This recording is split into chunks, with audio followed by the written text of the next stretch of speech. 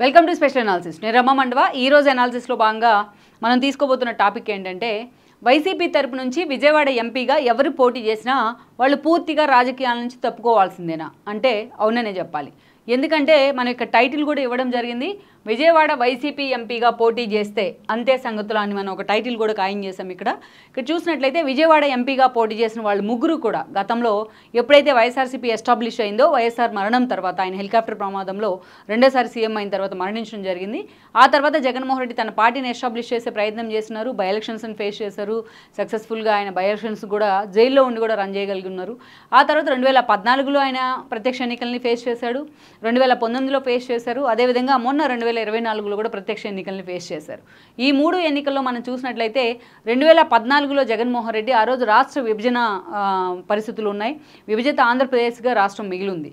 అలాంటి సిచ్యువేషన్లో ఆ రోజున జగన్మోహన్ రెడ్డి ఏ స్థాయిలో ఎఫర్ట్ పెట్టినప్పటికీ కూడా రాష్ట్ర విభజన తర్వాత అదే స్థాయిలో ప్రజలు కూడా తమకు అనుభవం ఉన్న ఒక నేత కావాలి, రాష్ట్రాన్ని గాడిలో పెట్టాలంటే అనుకున్నారు. దానిలో భాగంగానే ఆ రోజున చంద్రబాబు నాయుడు సీఎంగా ఎన్నుకున్నారు. ఈ క్రమంలోనే వైఎస్ఆర్సీపీ ఆ రోజున కేవలం 67 సీట్లకు మాత్రమే పరిమితమైంది. ఆ రోజు వైఎస్ఆర్సీపీ తరపు నుంచి విజయవాడ సీటు మీద అయితే జగన్మోహన్ రెడ్డి చాలా సీరియస్గా ఫోకస్ పెట్టున్నారు. ప్రత్యేకించి కృష్ణా జిల్లా, ఉమ్మడి కృష్ణా జిల్లా, అది కూడా విజయవాడ తీసుకుంటే అది ఒక హార్డ్ కోర్ సీటు, ఎప్పుడు కూడా ఒక టఫ్ సీట్ అని అనుకోవాలి. చాలా రోజుల పాటు అతిరథ మహారథులు లాంటి నేతలు అక్కడి నుంచి ఎంపీలుగా అయి ఉన్నారు. ఈ జనరేషన్ చూసుకున్నట్లయితే కాంగ్రెస్ నుంచి వరుసగా లగడపాటి రాజగోపాల్ ఎంపీ కావడం జరిగింది. ఆయన ఏ స్థాయిలో ఆంధ్ర ఆక్టోపస్గా సమైక్య ఉద్యమంలో ఫైట్ చేసి, అదేవిధంగా అటు సఫాలజిస్ట్గా కూడా ఆయనకు ఒక పేరు అయితే ఉంది. సో ఆ తర్వాత మనం చూసినట్లయితే అట్లాంటి లగడపాటి రాజగోపాల్ చేతిలోనే వంశీ లాంటి వాళ్ళు ఓడిపోవడం జరిగింది 2009 ఎన్నికల్లో. ఇక ఆ తర్వాత రోజుల్లో చూసినట్లయితే 2014 టీడీపీ విజయవాడని ఎలాగైనా తన ఖాతాలో వేసుకోవాలని కూడా లెక్కలు కట్టడం జరిగింది రాష్ట్ర విభజన పరిస్థితుల్లో. అందుకని ఆ రోజున కేసీఆర్ నానిని తీసుకొచ్చి చంద్రబాబు నాయుడు ఏదైతే విజయవాడ నుంచి ఎంపీగా పోటీకి నిలబెట్టే ప్రయత్నం చేస్తే, at the same time Jaganmohan Reddy కూడా విజయవాడ సీటు మీద ఫోకస్ పెట్టారు. ఎందుకంటే విజయవాడ టీడీపీకి కృష్ణా జిల్లా ఎలా కంచుకోటో విజయవాడ సీటు కూడా టీడీపీకి ఒక కంచుకోట నిలుస్తూ ఉండేది అనేది అది కరెక్టే, దాంట్లో వాస్తవం కూడా ఉంది. ఎందుకంటే మెజారిటీ అక్కడున్న మెజారిటీ కాన్స్టిట్యున్సీస్లో కూడా విజయవాడ పరిధిలో ఉన్న కాన్స్టిట్యున్సీస్లో కమ సామాజిక వర్గమే ప్రీడామినెంట్గా కూడా ఉంటుంది కాపు సామాజిక వర్గంతో పాటు. సో అందుకనే ఆ సీటు టీడీపీ ఖాతాలోకి వెళ్ళకూడదనే ఒక అంచనాతో అది కూడా రాష్ట్ర విభజన తర్వాత విజయవాడ అనేది ఒక హార్డ్ కోర్గా మారింది ఏపీకి. సో ప్రైమ్ సిటీగా మారింది. అలాంటి విజయవాడని తన సొంతం చేసుకోవాలనే ఆలోచనతో జగన్మోహన్ రెడ్డి అక్కడ కోనేరు ప్రసాద్ని తీసుకొచ్చి పెడతాం జరిగింది. సో కోనేరు ప్రసాద్ ఒక ఇండస్ట్రియలిస్ట్గా, ఒక సక్సెస్ఫుల్ ఎంటర్ప్రెన్యూర్గా పేరుంది. జగన్మోహన్ రెడ్డి కంపెనీల్లో కూడా ఆయనకు వాటాలు ఉన్నాయి. అప్పట్లో ఆ విమర్శలు కూడా కొందెచ్చుకున్నారు ఆయన. అలాంటి కోనేరు ప్రసాద్ను జగన్మోహన్ రెడ్డి ఎంపీగా నిలబెట్టే ప్రయత్నం చేశారు 2014 ఎన్నికల్లో. కానీ ఆ రోజు కోనేరు ప్రసాద్ ఓడిపోయినారు. అండ్ దెన్ కేసీఆర్ నాని గెలవడం జరిగింది ఎంపీగా టీడీపీ వైపు నుంచి. ఇక ఆ తర్వాత చూసినట్లయితే 2019 ఎన్నికలు, ఆ రోజు టీడీపీ అధికారంలోకి వచ్చింది. 14 ఎన్నికల్లో వైఎస్ఆర్సీపీ ఓడిపోయింది. బట్ ఆ ఎంపీ సీటును కూడా ఓడగొట్టుకున్నారు జగన్మోహన్ రెడ్డి. ఈవెన్ 2019 ఎన్నికలకు వచ్చేటప్పటికే జగన్మోహన్ రెడ్డి ఆయన ఒక ఛాన్స్ నినాదం కావచ్చు, ఆయన పాదయాత్ర కావచ్చు, ఆయన కలిసి వచ్చిన ఒక సెంటిమెంట్ కావచ్చు, ఒక 151 సీట్లతో ఒక థంబింగ్ మెజారిటీతో జగన్మోహన్ రెడ్డి సీఎం కాగలుగున్నారు. బట్ అదే రోజున చూసినట్లయితే టీడీపీ కేవలం 23 సీట్లకే పరిమితమైంది. టీడీపీ రాష్ట్ర వ్యాప్తంగా 23 సీట్లకే పరిమితమైనప్పటికీ ఆ రోజు ముగ్గురు ఎంపీలు టీడీపీ తరపున గెలుచున్నారు. ఒకరు గుంటూరు నుంచి గల్లా జయదేవ్, ఒకరు శ్రీకాకుళం నుంచి రామ్మోహన్ నాయుడు, ఇంకొకరు విజయవాడ నుంచి కేసీఆర్ నాని. ఆ రోజు విజయవాడ నుంచి కేసీఆర్ నానిని మరోసారి నిలబెట్టే ప్రయత్నం చేశారు చంద్రబాబు నాయుడు. బట్ కేసీఆర్ నాని మీద పోటీగా కోనేరు ప్రసాద్ను పూర్తిగా జగన్మోహన్ రెడ్డి ఓటమి తర్వాత ఎవరినైనా ఆయన పక్కన పెడుతుంటారు, ఆయన పూర్తిగా పక్కన పెట్టున్నారు.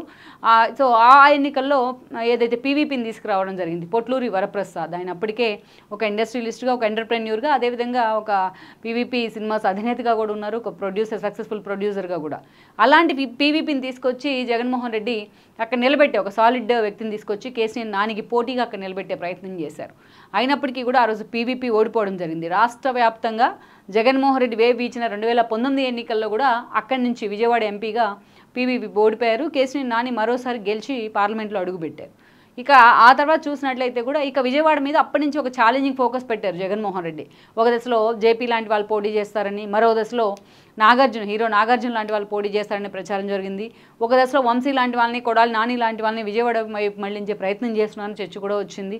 అలా అనేక రకాల స్పెక్యులేషన్స్ తెర మీదకి వచ్చినప్పటికీ ఊహాగానాలు. బట్ జగన్మోహన్ రెడ్డి మాత్రం చివరి వరకు కూడా ఈ సీట్ కోసం వెయిట్ అండ్ సీ పాలసీలో ఉన్నారు. ఎందుకంటే పీవీపీ యాక్టివ్గా లేరు అప్పటి నుంచి, ఎప్పుడైతే 19 ఎలక్షన్స్లో ఓడిపోయిన దగ్గర నుంచి కూడా.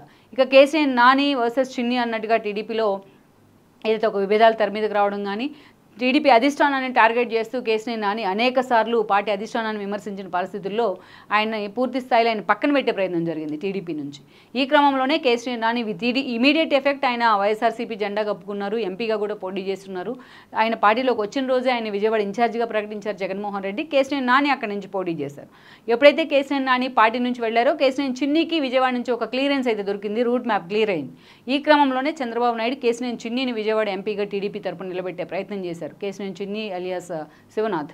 సో ఈరోజు అత్యంత భారీ మెజారిటీతో కేశినేని నాని లాంటి వాళ్ళు తన సొంత తమ్ముడి మీద ఎంత తొడలు కొట్టే ప్రయత్నం చేసినా, తాను 1,50,000 పైగా మెజారిటీతో గెలుస్తానంటూ లేకపోతే రాజకీయ సన్యాసం చేస్తానంటూ సవాళ్లు విసిరినా ఈరోజు చిన్ని లాంటి వాళ్ళు గెలిచి ఆయన మీద టీడీపీ కూడా తానేంటి విజయవాడలో అనేది నిరూపించుకునే ప్రయత్నం అయితే జరిగింది. సో ఈరోజు కేశినేని నాని కూడా వైఎస్ఆర్సీపీ నుంచి ఓడిపోయినారు.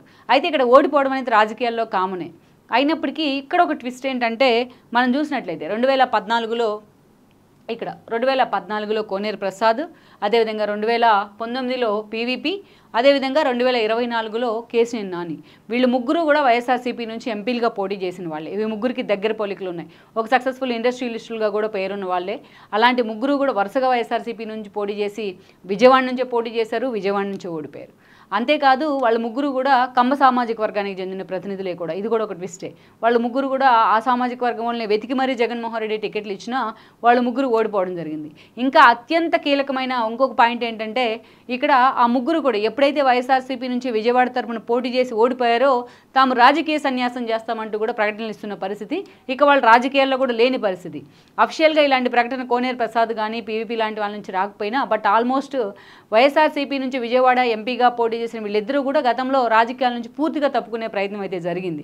అది స్పాంటేనియస్గా జరిగిందా, అన్ఎక్స్పెక్టెడ్గా జరిగిందా, వాంటెడ్లీ అది ఒక సెంటిమెంట్గా వస్తుందా అనేది పక్కన పెడితే ఈరోజు ఈ ఇష్యూ చూసిన తర్వాత, కేశినేని నాని ఇష్యూ చూసిన తర్వాత అందరికీ అదే అర్థమవుతుంది. ఇది ఏదైతే ఎవరో శాపం పెట్టినట్టుగా విజయవాడ టికెట్ విషయంలో, ఎంపీ టికెట్ విషయంలో జగన్మోహన్ రెడ్డికి అదే ప్రతికూల ఫలితాలు ఎదురవుతున్నాయి.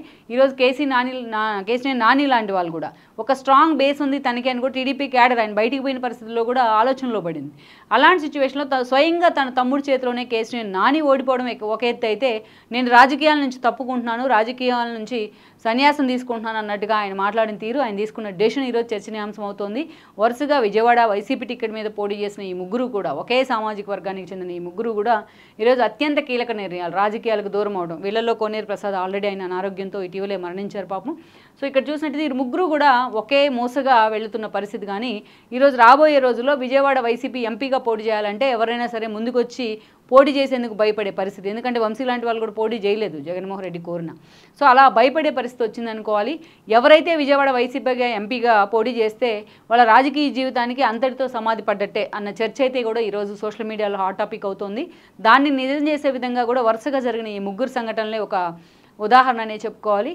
అందుకనే ఈ రోజున విజయవాడ ఎంపీగా వైసీపీ నుంచి పోటీ చేస్తే అంతే సంగతులు అనే ఒక టైటిల్ని కూడా మనం ఖాయం చేయడం జరిగింది. దీన్ని యాప్ చేసే విధంగా గతంలో వాళ్ళిద్దరు కానీ ఇప్పుడు కేసీఆర్ నానికి ఎదురైన పరిస్థితులు కానీ మనం చూస్తూ వచ్చాం. అందుకే ఆ టైటిల్ కూడా మనం ఇచ్చాం. సో ఓవరాల్గా ఇక ముందు మరి విజయవాడ ఎంపీ టికెట్ విషయంలో ఇంకా ఎన్నికలకు చాలా సమయం ఉంది, ఇంకా 5 years ఉంది. సో ఇలాంటి పరిస్థితుల్లో విజయవాడ ఎంపీ విషయంలో జగన్మోహన్ రెడ్డి ఇక ముందు కూడా జాగ్రత్త పడే ప్రయత్నం చేస్తారా, నిజంగా విజయవాడ ఎంపీగా పోటీ చేసేందుకు ఎవరైనా నేతలు ఆయన కోసం ముందుకొస్తారా అన్నది మనం చూడాల్సి ఉంది. ఈ వీడియో మీకు నచ్చినట్లయితే please share, like and subscribe R24 Telugu.